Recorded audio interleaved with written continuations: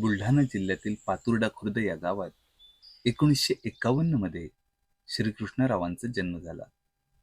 त्या काळातील 4थी पास असलेले वडील श्री हरिभाऊ झाडोकर यांच्याकडून मिळालेले शिक्षणाचे बाळकडू सोबत आई देवकाबाईकडून झालेले सात्विक संस्कार, आजोबा नथुजी व चुलत आजोबा बळीराम यांच्याकडून मिळालेली व्यावसायिक दृष्टी या सर्व मूल्यांच्या संगमातून घडत गेले एक समृद्ध, बहुआयामी व्यक्तिमत्व.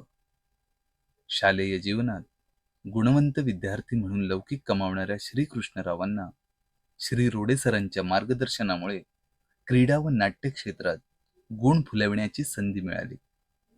पुढे त्यांनी याच गुणांच्या बळावर महाविद्यालयीन जीवनात विद्यार्थी संघटनेत सक्रिय राहून उत्कृष्ट शैक्षणिक प्रगतीही केली.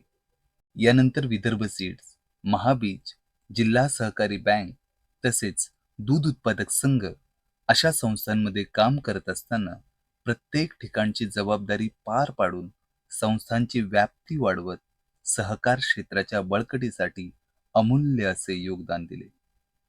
1990 मध्ये राज्य सहकारी बँकेत रुजू झाल्यानंतर त्यांनी कर्मचारी प्रशिक्षण केंद्राचे प्राचार्य म्हणून अत्यंत कुशलतेने जबाबदारी सांभाळली. अमरावती व नांदेड जिल्हा बँकेत परसेवेवर असताना राजकीय व सामाजिक दबावांना तोंड देत त्यांनी धैर्याने व नियमबद्ध निर्णय घेत बँकांना स्थैर्याकडे नेले. 2009 मध्ये सेवानिवृत्तीनंतर ज्या मातीत जन्म घेतला त्या मातीत काहीतरी परत देणे या भावनेतून जापान पॉवर्टी फंड अंतर्गत ग्रामीण विकास तसेच राज्य सरकार पुरस्कृत गटशेती आणि विविध शासकीय प्रकल्प यशस्वीपणे राबवले.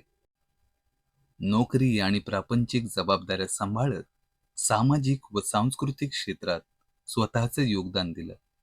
रसिक रंजन या मंचाद्वारे बुलढाण्यात अनेक कार्यक्रम आयोजित करून सुधीर फडके, अनुप जलोटा, निळू फुले यांसारख्या दिग्गजांना आणले. याबरोबर स्वतःच्या अभिनयाचा छंदही प्रत्येक टप्प्यावर त्यांनी जोपासला. आयुष्यभर धडाडीचे निर्णय घेणारे हे व्यक्तिमत्व जे एकसुरी कधीच जगलं नाही आणि ह्या विविधांगी सुरांना एका बंदिशमध्ये आयुष्यभर सांभाळण्याचे काम ज्यांनी केले त्या सौ आशाताई यांचा श्रीकृष्णरावांच्या जीवन प्रवासात एक मोलाचा वाटा आहे. वारकरी परंपरा, पंढरपूरची वारी आणि शेगावच्या श्री गजानन महाराजांवरील अढळ श्रद्धा हा त्यांच्या व्यक्तिमत्वाचा महत्वाचा भाग आहे.